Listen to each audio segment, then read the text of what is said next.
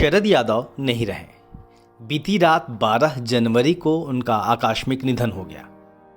उनकी बेटी सुभाषिनी ने एक फेसबुक पोस्ट के जरिए यह सूचना दी। शरद जी का जन्म तो मध्य प्रदेश के होशंगाबाद जिले में हुआ था, लेकिन उनकी वास्तविक कर्मभूमि बिहार और दिल्ली रही। पहला चुनाव उन्होंने सन 1974 में मध्य प्रदेश के जबलपुर से लड़ा। न सिर्फ लड़ा बल्कि जीता भी। तब वह इंजीनियरिंग कॉलेज से निकले एक युवा छात्र नेता थे। जेपी के प्रत्याशी के तौर पर उपचुनाव लड़ और कांग्रेस प्रत्याशी को हराकर वह लोकसभा में पहली बार पहुंचे। इमरजेंसी में वह लगातार जेल में रहे। शरद जी ने अपने राजनीतिक जीवन में सबसे अधिक वक्त दिल्ली, बिहार और यूपी में बिताया। सन 1989 में यूपी के बदायूं से वह सांसद भी बने। इसके बाद अगले कई चुनावों में वह बिहार के मधेपुरा से सांसद रहे। सन 1999 के मधेपुरा संसदीय चुनाव में तो लालू प्रसाद यादव और शरद यादव आमने सामने आ गए थे। कांटे की टक्कर में शरद जी ने लालू यादव को हरा दिया। अपने अनेक मित्रों और समकालीन नेताओं की तरह शरद जी भी जेपी आंदोलन से ही उभरे थे।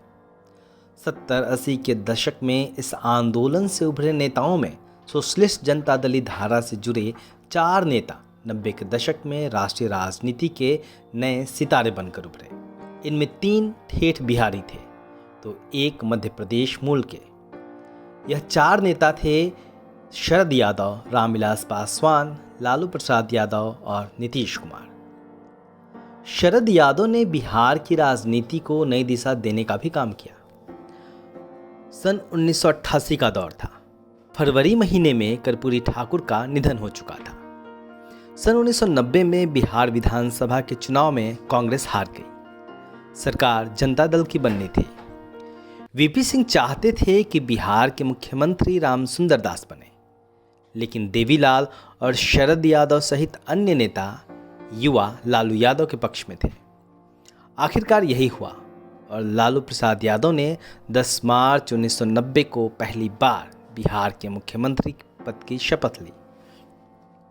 इसी दौर में वीपी सिंह सरकार ने मंडल आयोग की 40 सिफारिशों में सिर्फ एक पिछड़ों के आरक्षण को अमली जामा पहनाने का फैसला किया। इसके लिए शरद यादव, रामविलास पासवान, लालू यादव और नीतीश कुमार सहित अनेक नेताओं ने वीपी सिंह को हर तरह से समर्थन दिया। दलित दस्तक फिर से आ गया है लेकर अपना बहुजन कैलेंडर, 2023 का बहुजन कैलेंडर। इस बार के कैलेंडर में होगा बहुत कुछ खास। जानिए उन बहुजन स्थलों के बारे में जो महत्वपूर्ण हैं। बुकिंग करने के लिए दिए गए नंबर पर संपर्क करें या व्हाट्सएप करें। दूसरी ओर बसपा प्रमुख कांशीराम का भी इस मुद्दे पर वीपी सिंह को समर्थन मिला। उसी दौर में शरद, लालू जैसे नेता देवीलाल का साथ छोड़कर वीपी सिंह से जुड़ गए। पार्टी का अंदरूनी समीकरण बिल्कुल बदल गया।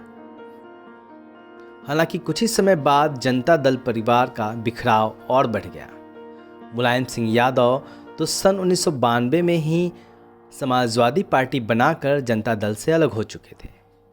तो सन 1994 में जॉर्ज फर्नांडिस और नीतीश ने मिलकर समता पार्टी बना ली। बाद में शरद भी नीतीश कुमार के साथ आ गए और जनता दल यूनाइटेड बड़ा मंच बन गया। हालांकि समाजवादी धारा के जनता दलियों के टूटने, बिखरने, जुड़ने और फिर बिखरने की कहानी दिलचस्प रही। लंबे समय तक शरद यादव, नीतीश कुमार और जॉर्ज फर्नांडिस भाजपा के प्रबल सहयोगी और अटल बिहारी वाजपेयी व लालकृष्ण आडवाणी के दौर वाले एनडीए की केंद्र सरकार में वरिष्ठ मंत्री भी रहे। बाद में शरद और नीतीश का भाजपा के गठबंधन से मोहभंग हुआ। फिर नीतीश और शरद भी अलग अलग हो गए।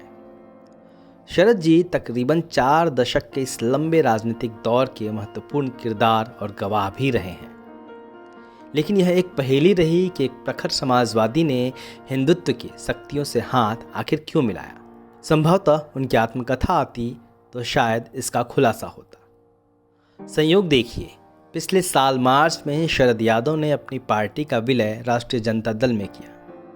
दूसरी तरफ बिहार के मुख्यमंत्री नीतीश कुमार ने भी उसके कुछ ही महीने बाद भाजपा का साथ छोड़कर राष्ट्रीय जनता दल और कांग्रेस के साथ मिलकर बिहार में महागठबंधन की सरकार बनाई। यानी जेपी आंदोलन से उभरे तीनों पुराने दोस्त लंबे अंतराल के बाद फिर एक साझा मंच की तरफ बढ़े। यह एक बड़ी घटना थी, इसलिए अभी शरद यादव का होना जरूरी था। शायद राजनीति नई करवट लेती। ब्यूरो रिपोर्ट, दलित दस्तक।